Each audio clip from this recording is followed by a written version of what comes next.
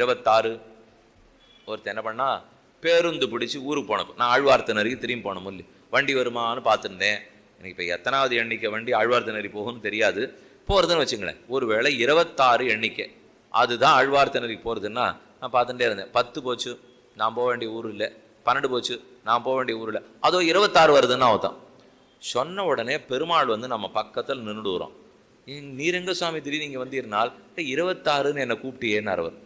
நான் ஒன்றை கூப்பிடல, எனக்கு வந்த வண்டி என்ன சொன்னேன்னா, இல்லை 26 என்னோட எண்ணிக்கை, நீ பணத்தை 26 எண்ணினாலும் நான் வந்துடுவேன், நீ வண்டியினுடைய எண்ணிக்கை 26ன்னு எண்ணினாலும் நான் வந்துடுவேன், நீ எண்ணினா வருவேன்னார்.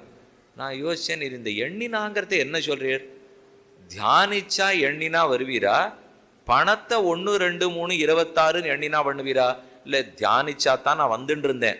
முன் யுகத்தி வரைக்கும் எண்ணிலும் வரும், எண்ணினால் வருவார், தியானித்தால் வருவார். ஆனால் கலியுகம் புரிஞ்சுது, நான் தெரிஞ்சுனுட்டேன். இப்போ அந்த சொல்லுக்கு அந்த பொருளாக இருந்தால் இனிமே ஒருத்தரும் என்னை எண்ணவே மாட்டான்னு தெரிஞ்சுனுட்டேன். யாரும் தியானிக்க போகிறது இல்லை. அதனால் நானா அந்த சொல்லுக்கு வேற பொருள் வச்சுன்னுட்டேன். என்ன வச்சுட்டீன்னு கேட்டோம். எப்படியும் 1 2 3 எண்ணுவியோ இல்லையோ, அதில் 26 எண்ணினா நான் வரலான்னு முடிவு பண்ணிவிட்டேன். போன தரம் வரைக்கும் எண்ணிலும் வரும்னா தியானித்தா வரும்னு அர்த்தம். இப்போ எண்ணிலும் வரும்னா வெறும் பேருந்து எண்ணிக்கையை பார்த்து எண்ணிலா கூட வரும். அவ்வளவு சுலபமாக கலியுகத்தில் வருவதற்கு அவர் தயாராக இருக்காராம். அதனால தான் சித்த வேண்டா சிந்திப்பே அமையும், சிந்தித்தால் போரும். இப்போ சொல்கிற தியானம்ங்கிறதெல்லாம் ஆசனத்தில் அமர்ந்து பத்மாசனத்தில் அப்படியே 3 மணி நேரம் உட்காந்து அப்படி முதுக வச்சு அதெல்லாம் இப்போ யாருக்கும் நடக்கவே நடக்காது. தியானம் சொல்லிக்கணும்னாலே நாற்காலியில் உட்காந்து பண்ணலாமா? இதுதான் முதல் கேள்வி. சாமி முதல்ல உட்காரணும், மன போடுங்கோ, கீழே கீழியா அப்போ தியானமே வேண்டான்னுடுவா. என்னமோ கீழே உட்காடுறதுன்னு சொன்னதே ஒரு பெரிய குற்றமாட்டமோ, அது இந்த யுகத்துக்கே ஆகாது.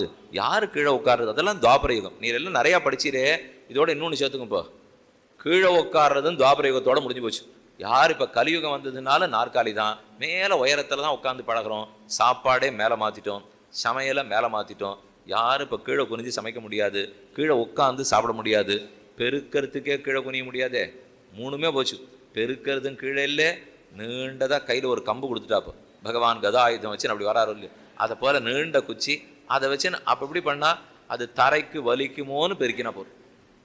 ஏன்னா அழுத்தி இல்லாமல் பெருக்கினா ஜீவராசிகள்கிட்ட இம்சக்கூடாதுன்னு சொன்னிடும் இல்லையோ.